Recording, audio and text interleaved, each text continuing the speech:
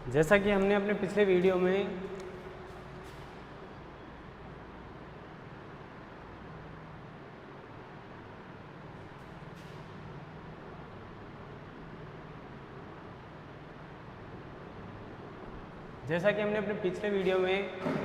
Constitution की जो प्रस्तावना है उसके बारे में चर्चा कर ली थी। उसका जो लगभग आधा पार्ट था, यानी हमने संविधान में जो हमें प्रावधान उपलब्ध करवाए गए हैं, जैसे कि हमने बात कर ली थी, हम भारत के लोग से लेकर गणराज्य तक लगभग हमने चर्चा कर ली थी। हम भारत के लोग यानी भारत की प्रजा में या जनता को संपूर्ण अधिकार दिए गए हैं और ये संविधान जनता के द्वारा स्वीकृत किया गया है। जनता ने इसको अपनाया है और जनता इसका पालन करने के लिए तैयार है। उसके बाद हमने बात की थी कि हमारे यहाँ जो हमें अधिकार मिल रहे हैं, उन अधिकारों से पहले भारत की जो विशेषताएं थी उनकी हमने चर्चा कर ली थी। उन चर्चाओं को एक बार बोलने का कारण ये है कि आप उससे रिलेटेड हो पाएँ। ठीक है,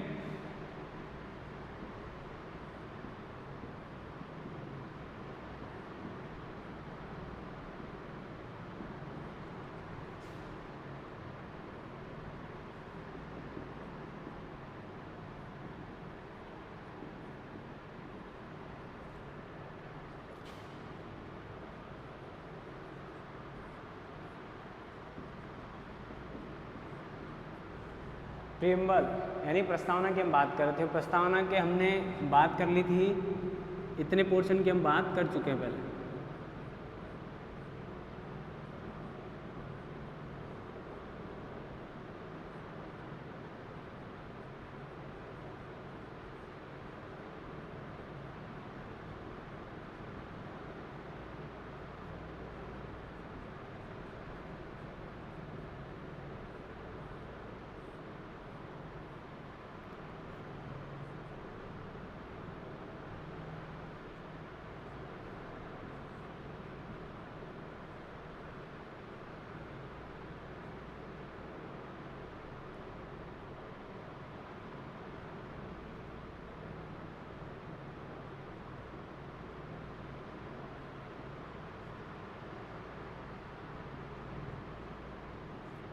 गणराज्य, ठीक है, ये मैंने आपको बताई थी कि ये विशेषताएं किसकी हैं, ये भारत की विशेषता है, या हम कहते हैं भारत की जो शासन प्रणाली है उसकी विशेषता है।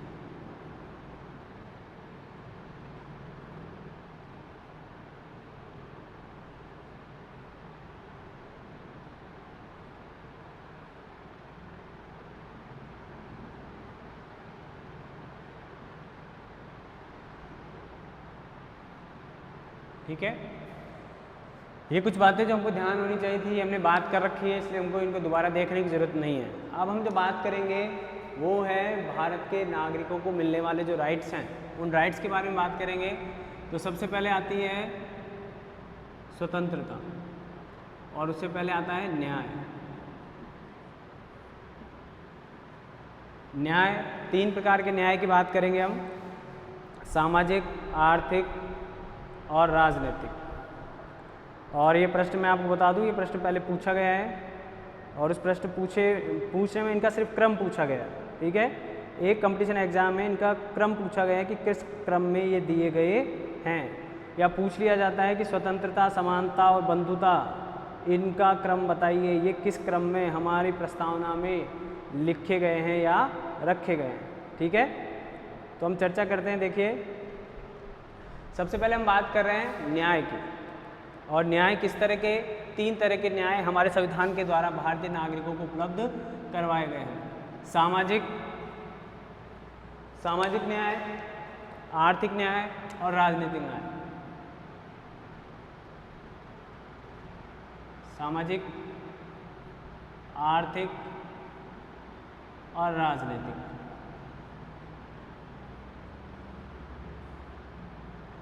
ठीक है, सामाजिक न्याय से हमारा जो उद्देश्य था या तात्पर्य है कि किसी भी व्यक्ति के साथ उसकी धर्म, भाषा, लिंग, क्षेत्र,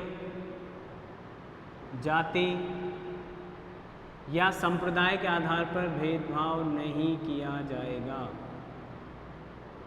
संप्रदाय के आधार पर भेदभाव नहीं किया जाएगा। ठीक है, अब आप समझ सकते हैं कि ये आवश्यकता क्यों पड़ी है, क्योंकि हमारे यहाँ हमारी जो शासन प्रणाली है या हमारी जो विशेषताएं हैं संविधान की, उन विशेषताओं को ध्यान में रखने के लिए और उनकी जो प्राप्त करने का जो माध्यम है, उस माध्यम को संविधान के द्वारा इम्प्लीमेंट करने के लिए काम किया गया है कि हम किसी भी तरह से इन साधनों को या इन उद्देश्यों को प्राप्त करने के लिए हमारे द्वारा जो प्रयास किए जा रहे हैं, उन प्रयासों को संजीदगी के साथ निभाएं। ठीक है, सामाजिक के अंतर्गत धर्म, भाषा, जाति, लिंग, क्षेत्र आदि के आधार पर भेदभाव नहीं किया जाएगा।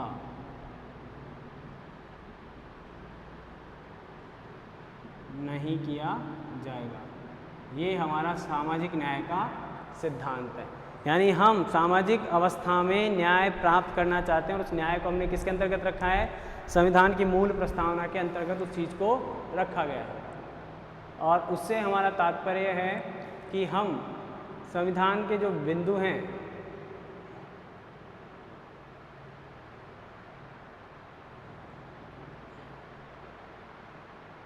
उन बिंदुओं का ध्यान रखें और उसके अंतर्गत हम,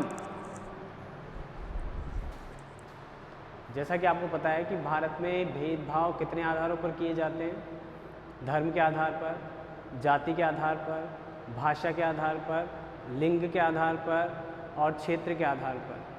और भी बहुत सारे भेदभाव के साधन और माध्यम भारत में उपलब्ध हैं, लेकिन उन्हें हमारे भारतीय संविधान के द्वारा मान्यता प्रदान नहीं की गई है। यानी संविधान में किसी भी तरह के भेदभाव को दूर करने के लिए प्रावधान किए गए हैं, न कि उसका समर्थन करने के लिए।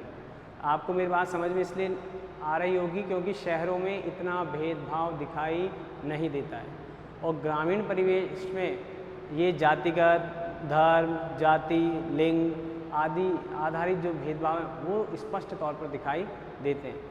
लेकिन इसका मतलब ये नहीं है कि शहरों में किसी प्रकार का कोई भेदभाव नहीं है।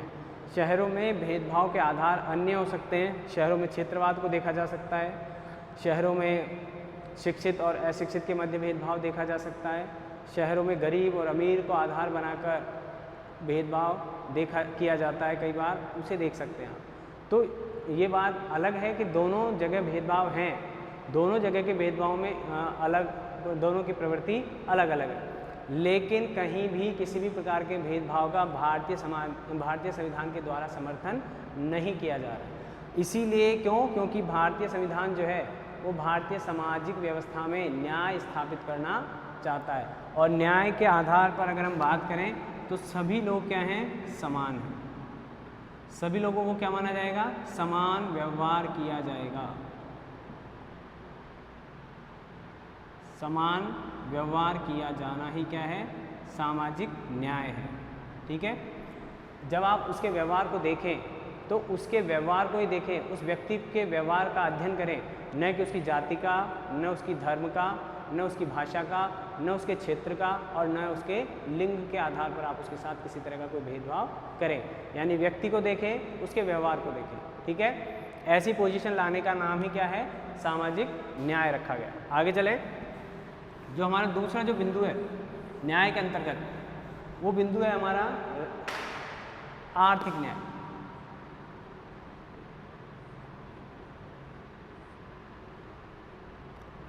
आर्थिक न्याय, आर्थिक न्याय से आप समझ गए होंगे किस क्षेत्र की बात कर रहे हैं हम?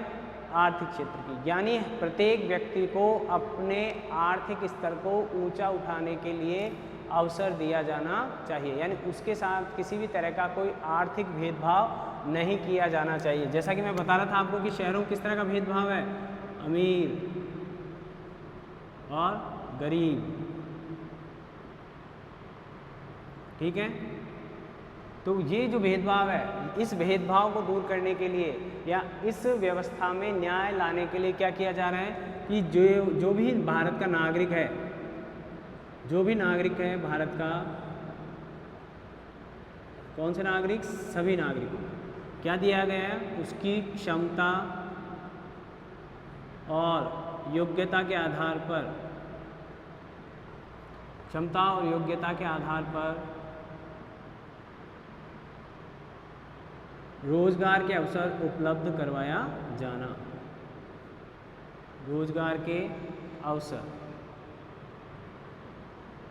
उपलब्ध करवाना।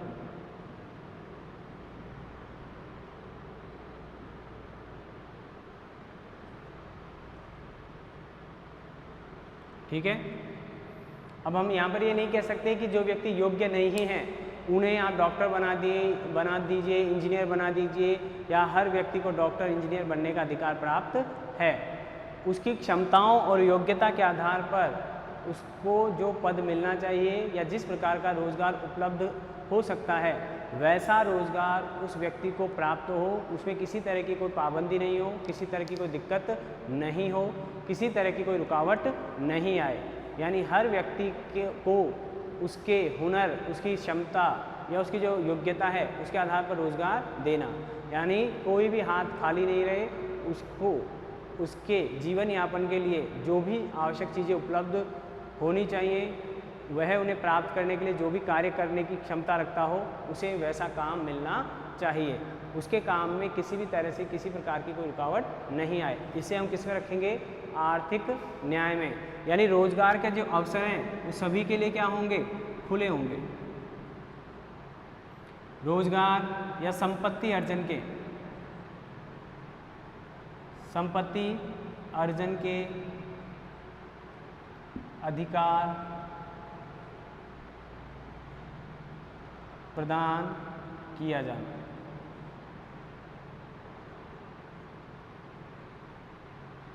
ठीक है। हालांकि संपत्ति हमारे यहाँ संविधान मूल अधिकारों में से तो हट गई है, लेकिन अब संपत्ति के अधिकार को कानूनी अधिकार बना दिया गया है अनुच्छेद 301 के तहत।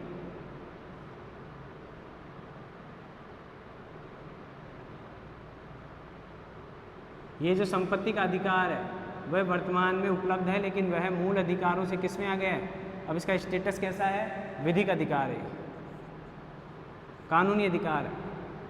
पहले किसके अंतर्गत आता था, मूल अधिकारों के अंतर्गत। ठीक है। तो अब मूल अधिकारों से किस में कन्वर्ट हो गया है, विधिक अधिकारों।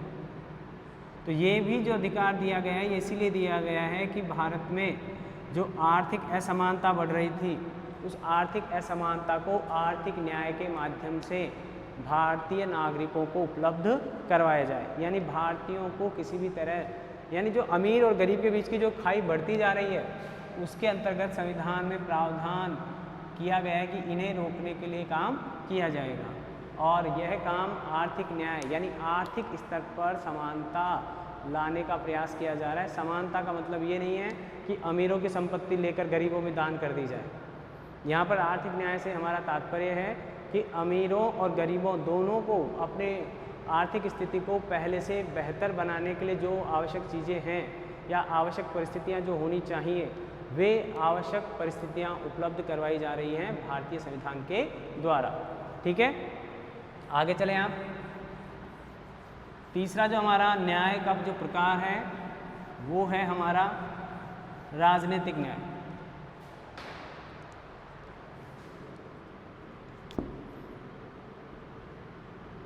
राजनीतिक न्याय। अब राजनीतिक न्याय से हमारा तात्पर्य क्या है, हमारा मीनिंग क्या है कि पॉलिटिकल जो जस्टिस है उस पॉलिटिकल जस्टिस को पाने के लिए, जैसा कि इसके नाम से आपको पता लग रहा है कि ये किस क्षेत्र का है, ये हमारे राजनीतिक क्षेत्र से जुड़ा हुआ है। अब देखिए राजनीतिक क्षेत्र में भी आप देखते थे पहले महिलाओं को वोट देने का अधिकार नहीं होता था। ठीक है, यानी कैसा भेदभाव आ गया, यहाँ भी लिंग आधारित भेदभाव आ गया। या दो महिलाओं के बराबर एक महिला का एक वोट, दो महिलाओं के वोट को एक वोट के बराबर माना जाता था पुरुषों के। यानी पुरुष 1 वोट देगा और महिलाएं जब 2 वोट देंगी तब वो उस 1 वोट के बराबर होंगी। कई जगह वोट देने के अधिकार नहीं थे, अधिकार थे तो चुनाव में खड़े होने के राइट उनको नहीं मिले हुए थे। या फिर जैसा कि हम पहले भी पढ़ चुके हैं कि जो राइट मिले हुए थे वोटिंग के या राजनीतिक जो वे किस आधार पर मिले हुए थे, संपत्ति या फिर करों के आधार पर, संपत्ति या कर देने की जो आपकी क्षमता है उसके आधार पर आपको मतदान का अधिकार मिला हुआ था। ठीक है, क्या वर्तमान में ऐसा है? क्या वर्तमान में ऐसा है? बिल्कुल भी ऐसा नहीं है। आप भारत में वर्तमान में सार्वभौमिक वयस्क मताधिकार उपलब्ध है और इसका मतलब हो गया कि भारत में सभी को वोट देने का अधिकार है। इस कैटेगरी का कोई आधार नहीं है, इसके आधार पर किसी तरह का कोई विभाजन नहीं है। बस एक तो आपकी उम्र क्या होनी चाहिए, 18 और 18+, और दूसरा वहाँ की वोटर लिस्ट में आपका नाम होना चाहिए। जिस क्षेत्र में आप मतदान करना चाहते हैं वहाँ की वोटर लिस्ट में आपका क्या होना चाहिए, नाम होना चाहिए। और आप भारत के नागरिक होंगे तभी ये काम होगा, तभी आपका नाम आएगा उसमें। ठीक है, और एज तो अब वो ये जो जिस तरह का ये जो भेदभाव था, ये भेदभाव वर्तमान में क्या हो चुका है, समाप्त हो चुका है। यानी हमारे राजनीतिक न्याय की तरफ हम बढ़ रहे हैं। और राजनीतिक न्याय का तात्पर्य ये हो गया कि आपको राजनीतिक क्षेत्र में अपनी भागीदारी निभाने का पर्याप्त मौका दिया जाना।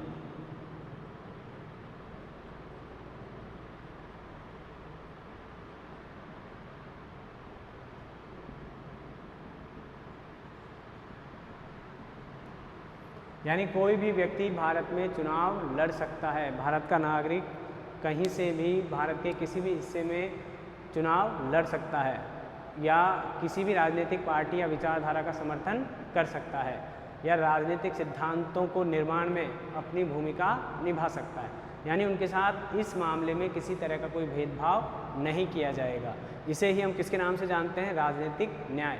आप देखते हैं कि कई बार किसी व्यक्ति को चुनाव में खड़े नहीं होने दिया जाता या उस व्यक्ति को चुनाव का पर्चा भरने से पहले तक उसको किडनैप करके रखते हैं या उसे नज़रबंद कर दिया जाता है।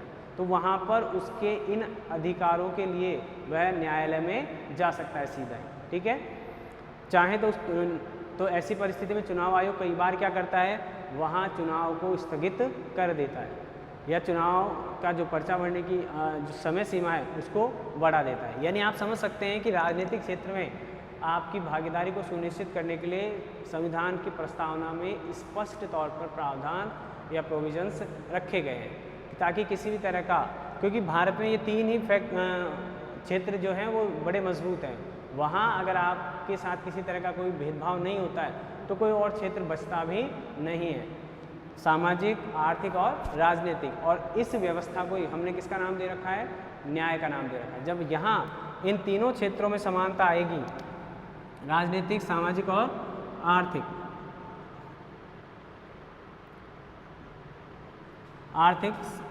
न्याय,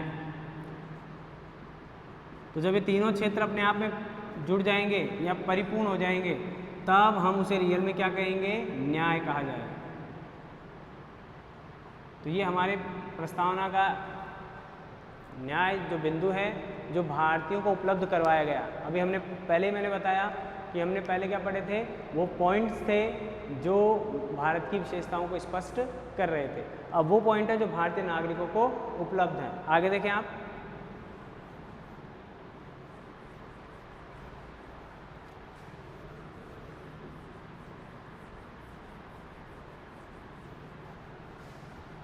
उसके बाद हमारे पास आता है स्वतंत्रता।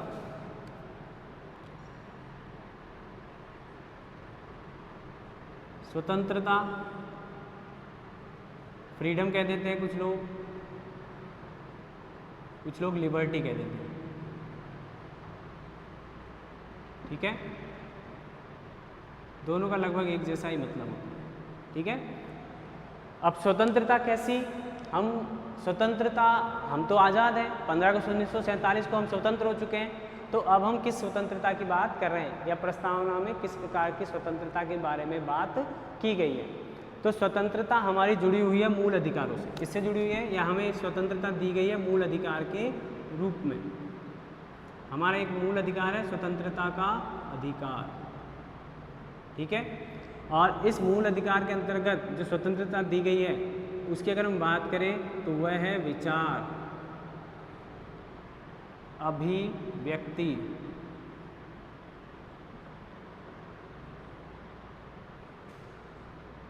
विश्वास, आस्था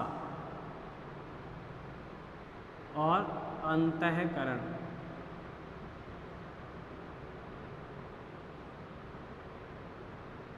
ठीक है।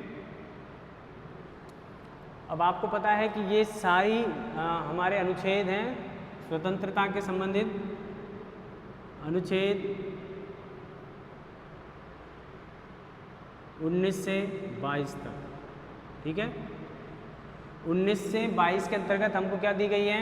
संविधान में स्वतंत्रता का अधिकार मिला हुआ है। किसके अंतर्गत? मूल अधिकारों के अंतर्गत। ऐसे हमारी प्रस्तावना में भी हमें ये 5 प्रकार की स्वतंत्रताएं बताई गई हैं। अब विचार से मतलब हो गया कि आप किसी भी विचार या विचारधारा में विश्वास रख सकते हैं।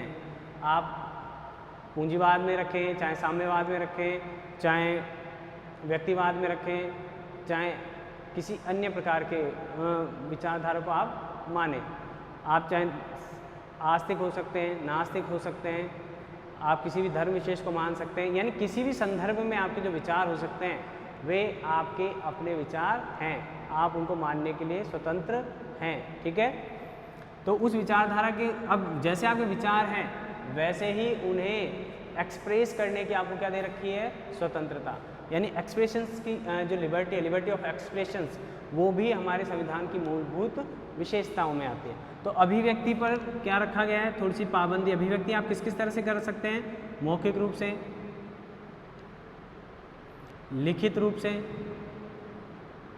और आप हाव भाव से भी, जिन्हें हम इशारा कहते हैं, हाव भाव से भी आपके विचारों की क्या कर सकते हैं? अभिव्यक्ति कर सकते हैं, एक्सप्रेशंस दे सकते हैं। लेकिन यहाँ पर ये पाबंदी लगाई गई है हमारे संविधान ने, या प्रस्तावना में बात करते हुए हमें ये भी ध्यान रखना है कि हम किसी की अवमानना न कर दें। यानी हमारे विचारों में ऐसे विचार नहीं होने चाहिए जिससे किसी की झूठी या असत्य अवमानना हो जाए, हम किसी का अनादर कर दें, ठीक है। ऐसे बोल या ऐसे वचनों पर आपको क्या रखना होगा? थोड़ा सा नियंत्रण रखना होगा। या किसी भी तरह के भद्दे इशारे आप नहीं कर सकते हैं। आप ये नहीं कहेंगे कि मुझे स्वतंत्रता दी गई है और मैं चाहे जैसे इशारे कर सकता हूँ, चाहे जैसे बोल सकता हूँ। ऐसा बिल्कुल भी करने की आपको स्वतंत्रता नहीं है। तो आप इस बात का ध्यान रखें कि स्वतंत्रता दी गई है। और मैं दूसरी बात, इसको शॉर्ट में अगर हम कहें तो कैसी स्वतंत्रता दी है हमको? सकारात्मक। किस तरह की स्वतंत्रता दी गई है हमें? सकारात्मक। और सकारात्मक स्वतंत्रता और नकारात्मक स्वतंत्रता में अंतर मैं स्पष्ट कर देता हूं आपको भी। यहाँ पर थोड़ा सा ध्यान रखने की बात है, जिन स्टूडेंट्स को पता है वो भी जानते हैं कि ये कितनी कन्फ्यूजिंग बात हो जाती है। सकारात्मक में कई बार हम कहते हैं जो चीज़ हम हाँ कह रहे हैं वो सकारात्मक, और किसी चीज़ के लिए मना कर रहे हैं तो वो नकारात्मक हो जाती है। लेकिन यहाँ पर ऐसा है, इसका उल्टा हो रहा है। कहने का मतलब यहाँ पर सकारात्मक स्वतंत्रता से तात्पर्य है कि यह स्वतंत्रता पूर्ण स्वतंत्रता नहीं होगी, ठीक है, पूर्ण स्वतंत्रता नहीं होगी। यानी इस पर क्या लगाई जाएगी? आंशिक पाबंदी लगाई जाएगी, आंशिक पाबंदी लगाई जाएगी। आंशिक पाबंदी क्यों लगाई जाएगी? जैसा मैंने कहा कि असत्य चीज़, आप असत्य वचन नहीं कहेंगे या विचारों की असत्य अभिव्यक्ति नहीं करेंगे। ये क्या हो गई? इस पर क्या लगा दी हमने? थोड़ी सी आंशिक, पार्शियल रिस्ट्रिक्शंस लगा दी हमने, ठीक है। तो ये रिस्ट्रिक्शंस जो हैं वो इसको बेटर बनाने के लिए किए गए हैं। आप सोचेंगे पाबंदी क्यों लगाई जा रही है? ताकि ये जो अधिकार आपको मिले हुए हैं ये प्रभावी रूप से काम कर सके, यानी इनके विरोध में किसी तरह की कोई अवधारणा काम नहीं करे। अगर ऐसा नहीं होगा तो आपस में विवाद खड़े होते रहेंगे। जिस तरह आपको पता है कि डीजे 10 बजे बाद बंद हो जाता है, बंद हो जाता है डीजे, और वो डीजे 10 बजे बाद ही क्यों बंद होता है? पहले भी वही डीजे होता है, 10 बजे बाद भी वही डीजे होता है, लेकिन 10 बजे बाद आपके यहाँ कार्यक्रम है, लेकिन अन्य लोगों के घर में कार्यक्रम नहीं है, उनके सोने का टाइम है रात का टाइम, ठीक है। तो ऐसे समय में अगर आप उनकी वॉल्यूम ज़्यादा रखेंगे या डीजे बजाएंगे तो उनके जो अधिकार हैं उन अधिकारों पर क्या पड़ जाता है? फ़र्क पड़ जाता है, ठीक है। तो ऐसा करने के लिए हमने छूट दे दी और 10 बजे बाद उस पर क्या लगा दी? पाबंदी। तो ये कैसी स्वतंत्रता हो गई हमारे लिए? सकारात्मक स्वतंत्रता हो गई। अगर आपको ऑल टाइम डीजे बजाने को मिल जाता, चाहे इससे दूसरों को प्रभावित होना पड़ रहा हो या नहीं होना पड़ रहा हो, दूसरों को कष्ट हो रहा हो या नहीं हो रहा हो, आपकी वो स्वतंत्रता क्या कहलाती? नकारात्मक स्वतंत्रता कहलाती, ठीक है। तो हमारे संविधान ने हमें कैसी स्वतंत्रता दी है? सकारात्मक स्वतंत्रता दी है। इस बात का आप ध्यान रखें। सकारात्मक स्वतंत्रता से हमारा तात्पर्य है जो कि थोड़े से प्रतिबंधों के साथ उपलब्ध हो, यानी वह किसी भी वर्ग विशेष को हानि नहीं पहुंचाए, या हम किसी भी तरह की कोई अन्य प्रकार से अपने अधिकारों का एक सीमा से ज़्यादा उल्लंघन नहीं करते, यानी एक सीमा तक हमारे अधिकार बने रहें और उसके बाद हम दूसरों के अधिकारों का भी ध्यान रखें।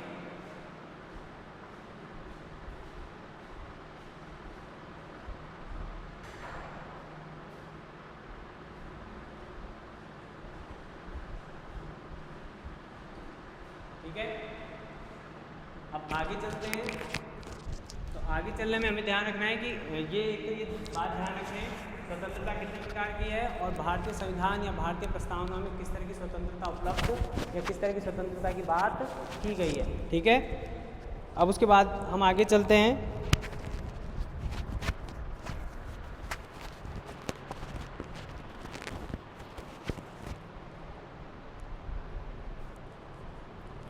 अब उसके बाद हम आगे चल रहे हैं।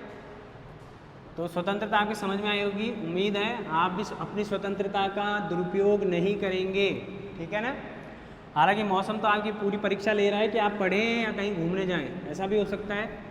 तो आप इसी समय निर्धारित कर पाएंगे कि आप अपने लिए नींव के पत्थर, अपने भविष्य की नींव तैयार कर रहे हैं या अपने भविष्य में की नींव में पत्थर अटका रहे हैं, रोड़े खड़े कर रहे हैं, ठीक है। ये ध्यान रखें आप। तो ये टाइम भी है, ये मौसम भी आपकी परीक्षा ले रहा है और इस परीक्षा से आगे बढ़ के आप अपने भविष्य का निर्माण कर सकेंगे, ऐसी उम्मीदें हैं। तो थोड़ा सा कंट्रोल रखिए, थोड़ा सा कंसंट्रेशन रखिए, ज़्यादा देर का काम नहीं है, थोड़ा थोड़ा पढ़ें आप, जितना हो सके, जितनी स्पीड आपकी कैपेसिटी है उस कैपेसिटी से चलें। और सक्सेस तो सभी को चाहिए, लेकिन मिलती उसको है जो उसके लिए तपस्या कर रहा होता है, अपने आप को नियंत्रित कर रहा होता है। तो आप भी यहाँ पर नियंत्रित करें प्रस्तावना के साथ साथ, ठीक है। अब आगे हम चल रहे थे किसमें? समानता में। अभी कौन से अनुच्छेद में दी गई है? 14 से लेकर 18 तक, ठीक है।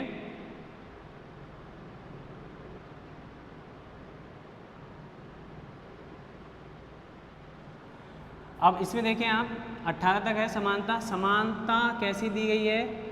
अवसर की समानता और प्रतिष्ठा प्राप्त करने की समानता, प्रतिष्ठा और अवसर की समानता,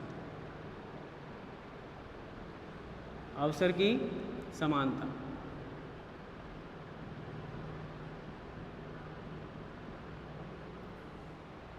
अब देखो हमारे लिए समानता क्यों जरूरी है। समानता, एक तो आप समझिए कि समानता होती क्या है।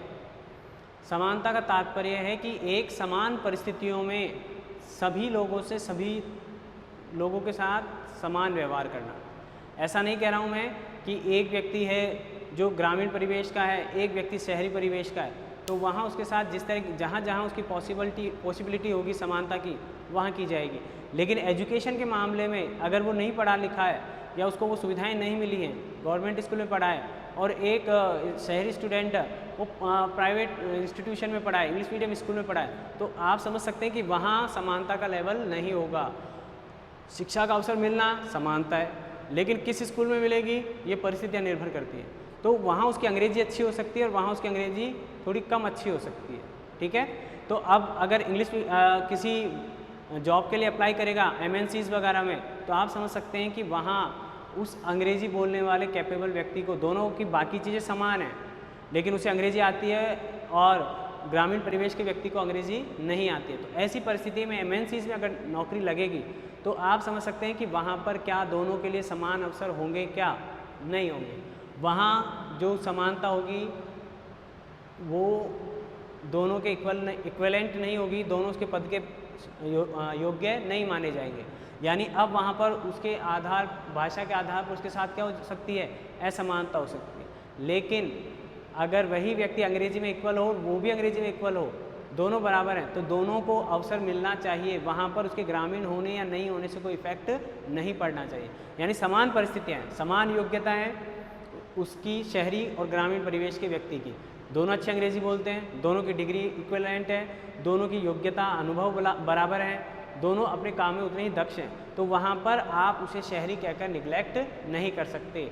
उसके पहनावे के आधार पर आप उसे हटा नहीं सके। ऐसे ही हम क्या देना चाहते हैं, समानता की बात कर रहे हैं। ठीक है, तो ये अवसर की समानता आप समझ गए कि सभी लोगों को बराबर अवसर दिया जाना चाहिए। दोनों के पास बराबर डिग्री है, दोनों की बराबर योग्यताएं हैं, तो उनके साथ किसी भी तरह की असमानता नहीं होनी चाहिए। ठीक है, यानी आप उन्हें किसी तरह से पीछे छोड़ने का अगर प्रयास करेंगे तो वहाँ पर आप उसके साथ असमानता कर रहे हैं। मतलब क्या हो गया, आप देखिए अवसर की समानता के द्वारा ही प्रतिष्ठा प्राप्त की जा सकती है। क्या रोल है इन दोनों का, अवसर की समानता के आधार पर प्रतिष्ठा प्राप्त की जा सकती है।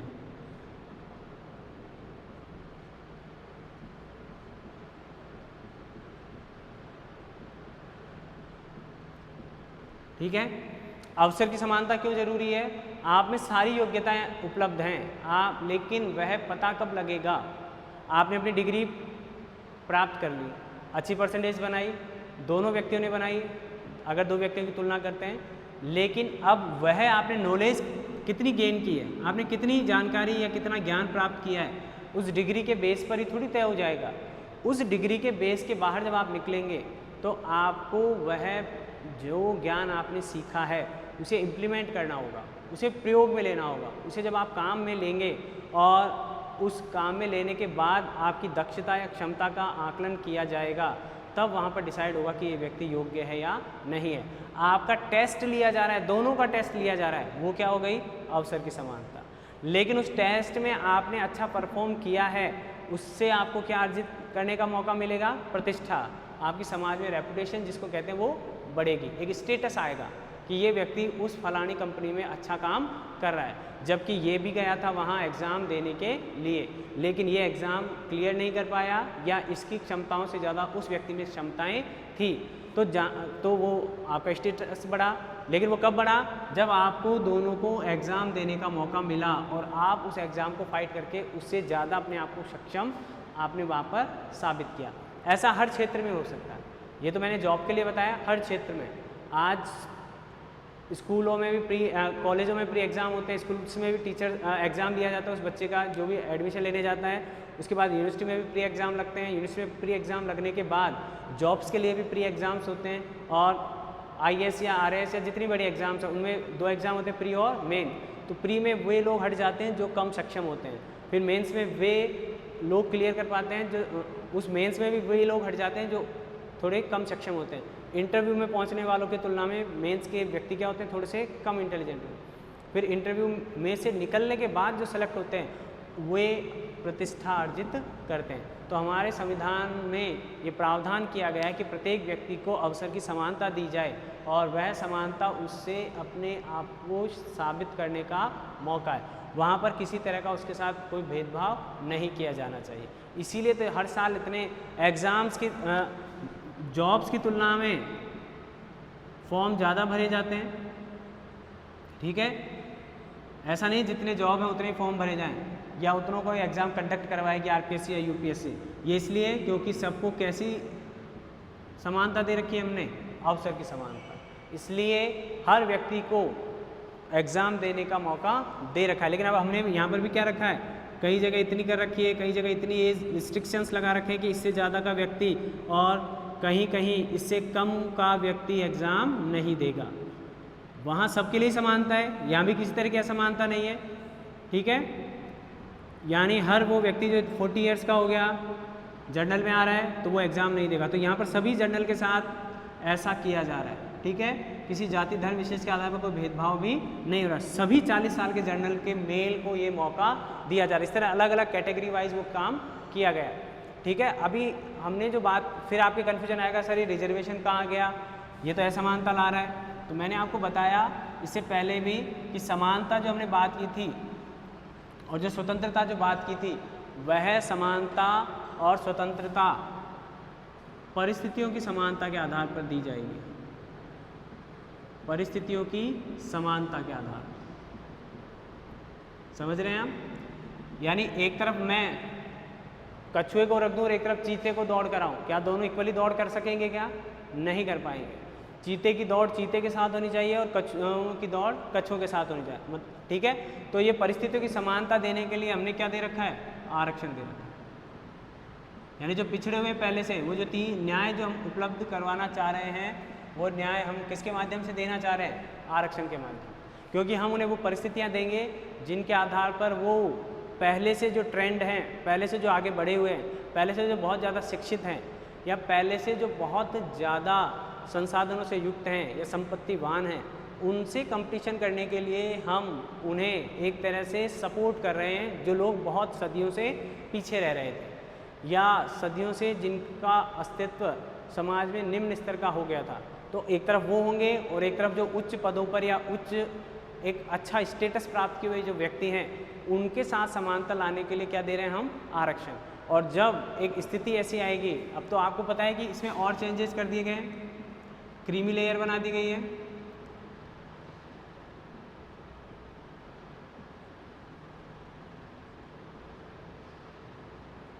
क्रीमी लेयर, ठीक है, तो ये जो क्रीमी लेयर और EWS जो है वो इस आरक्षण को समाज के सभी वर्गों को देने के लिए या उन्हें भी अवसर की समानता उपलब्ध करवाने के लिए डिवाइड कर दिया गया।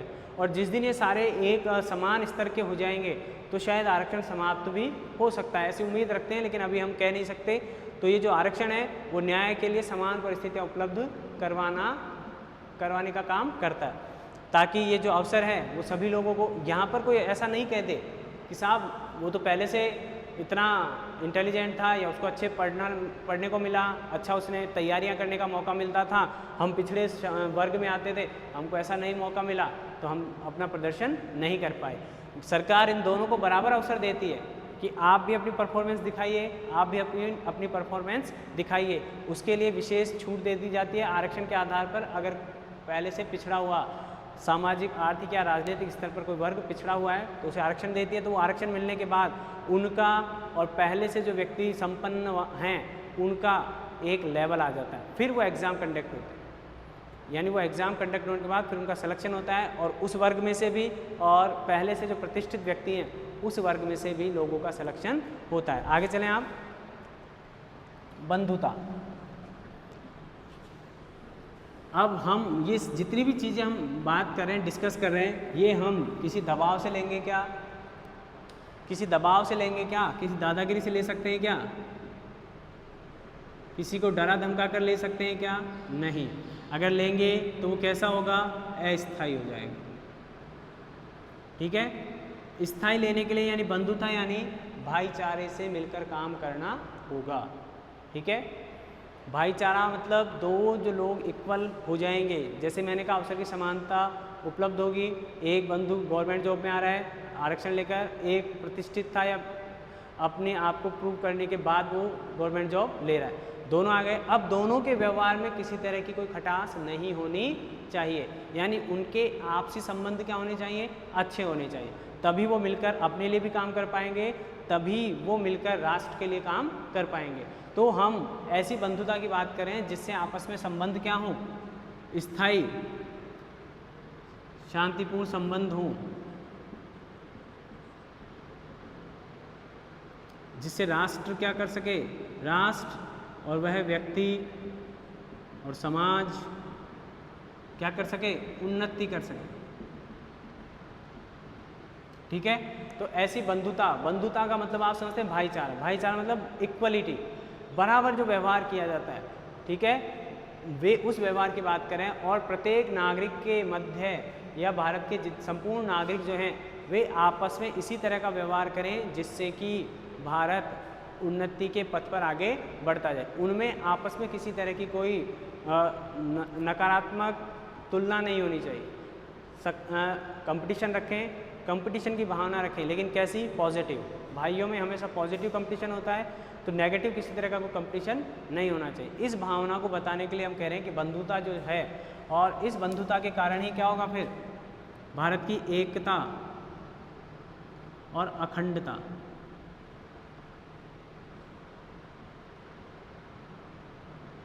ये जो बंधुता है वह मैंने बताई किसके लिए काम आएगी? राष्ट्र की एकता और अखंडता को बढ़ाने के लिए। हमने बात की जैसे कि प्रस्तावना में लिखा हुआ था कि भारतीय नागरिकों को तीनों अधिकार मिलने के बाद देश की एकता और अखंडता को सुनिश्चित करने वाली बंधुता को बढ़ाने के लिए, देश की एकता और अखंडता को सुनिश्चित करने वाली बंधुता को बढ़ाने के लिए 26 नवंबर 1949 को संविधान सभा के द्वारा इस संविधान को आत्मसमर्पित, अधिकृत, अधिनियमित और आत्मसमर्पित किया गया। ठीक है ना? तो उसकी बात करें, कैसी बंधुता चाहिए हमको? जो कि हमारे देश की एकता और अखंडता को क्या कर सके? मैंने पहले ही कहा है। और राष्ट्र है तो हम हैं। प्रत्येक व्यक्ति या प्रत्येक समाज या प्रत्येक वर्ग तभी है जब राष्ट्र है। ठीक है ना? और राष्ट्र की क्या होनी चाहिए? राष्ट्र में एकता और अखंडता, और वो एकता और अखंडता भी किससे आएगी? इस भाईचारे से। ठीक है? यानी उपरोक्त जो हमने भारत के बारे में जितनी भी धारणाएं ली हैं, यानी भारत एक डेमोक्रेटिक, सोशलिस्ट, सेक्युलर और सोवर्ण कंट्री अगर है, डेमोक्रेटिक कंट्री अगर है, तो उसके लिए कहा जा रहा है कि वह तभी हो सकता है, या उसके नागरिकों को समानता, स्वतंत्रता और न्याय तभी उपलब्ध हो सकते हैं जब भारत के नागरिकों में एकता, अखंडता को बढ़ाने वाली बंधुता का निवास होगा। अगर ये नहीं है और ये नहीं है तो फिर ये नहीं है, और ये नहीं है तो ये नहीं है, और ये नहीं है तो अधिकार नहीं है, अधिकार नहीं है तो फिर देश की जो विशेषताएं हैं या देश का जो अस्तित्व है वो भी समाप्त होने के कगार पर आ सकता है। तो इसलिए हम जब ऊपर से चल रहे हैं, क्रम से चल रहे हैं, जब हम भारत के लोग से जब हम चले, हम भारत के लोग से जब हम चल रहे हैं और हम नीचे आ रहे हैं कहाँ तक? संविधान सभा में संविधान को आत्मसमर्पित करने के लिए, अधिनियमित करने के लिए, ठीक है, अंगीकार करने या स्वीकृत करने के लिए। तो वो कौन कर रहा है? हम कर रहे हैं। हम किससे जुड़े हुए हैं? राष्ट्र से। राष्ट्र के लिए क्या जरूरी है? और ये किससे बढ़ेगी? भाईचारे से। तो इसलिए हम भी तो कहते हैं हिंदू, मुस्लिम, सिख, ईसाई सब हैं भाई भाई। तो ये इस बात हमारे प्रस्तावना में प्रॉपरली इंडिकेट की गई है कि भारत को एक संपूर्ण प्रभुत्व संपन्न राष्ट्र बनाने के लिए या एक गौरवपूर्ण राष्ट्र बनाने के लिए उसके नागरिकों को जो अधिकार दिए गए हैं वो बने रहने चाहिए। तो आगे बात जो आती है, अब ज़्यादा इम्पोर्टेंट बात नहीं, कितनी तारीख को किया गया है? 26 नवंबर 1949 को। किसके द्वारा? संविधान सभा के। ठीक है? और संविधान सभा मैंने पहले ही बताया, अस्थायी संसद। ठीक है? ये इसकी विशेषता हो गई। और इसको किस रूप में मनाते हैं हम? 2014 से संविधान दिवस के रूप में मनाते हैं। ठीक है? जैसा कि आज आपको पता है कि आज कितनी तारीख है? 1 तारीख, 1 सितंबर। और 1 सितंबर का रोल क्या है? 1 सितंबर 1939 को सेकेंड वर्ल्ड वॉर की शुरुआत हुई थी। तो आप भी ध्यान रखें, सितंबर का महीना चल रहा है, तो डे बाय डे याद रखा करें। 1 सितंबर 1939 फर्स्ट वर्ल्ड वॉर प्रारंभ हो गया था। ठीक है? कई लोग कंफ्यूज करते हैं कि सर फर्स्ट वर्ल्ड वॉर कैसे हो गया? एक देश ने दूसरे देश पर ही तो अटैक किया था। ये कारण था ना, इस दिन पोलैंड पर अटैक कर दिया था जर्मनी ने। जर्मनी ने किस पे किया?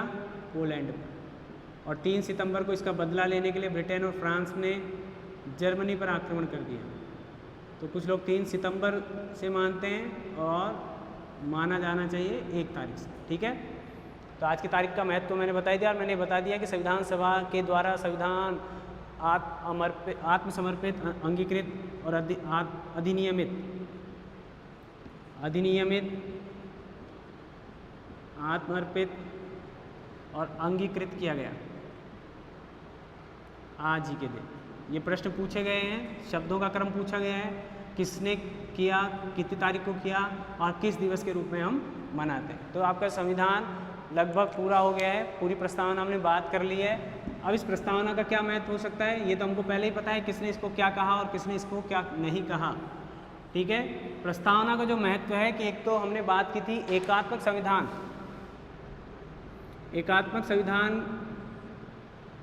और संघात्मक संविधान के लक्षण।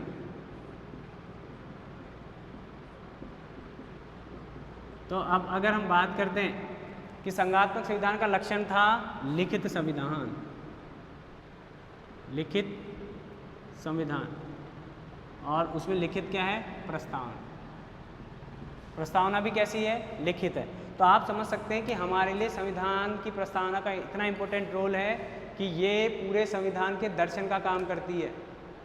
आइडियोलॉजी जो पूरी है वह किस पर निर्भर करती है, प्रस्तावना पर।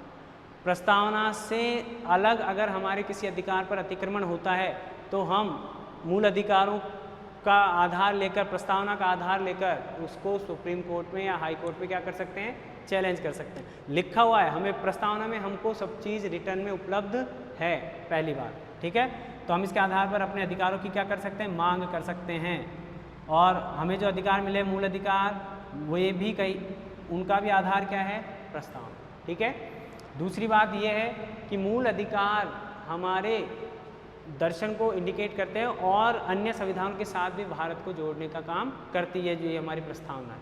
प्रस्तावना विश्व के अन्य संविधानों और भारतीय संविधान को कनेक्ट करने का काम करती है, यानी हमारे विचार विश्व के अन्य राष्ट्रों के विचारों से किस हद तक सिमिलर हैं और कहाँ वो हमसे भिन्न हैं, वो उसकी शुरुआत कहाँ से होती है, प्रस्तावना से होती है। ठीक है, तो प्रस्तावना का रोल इतना ही है कि वह एक तो संविधान को पूर्णता प्रदान करने का काम करती है।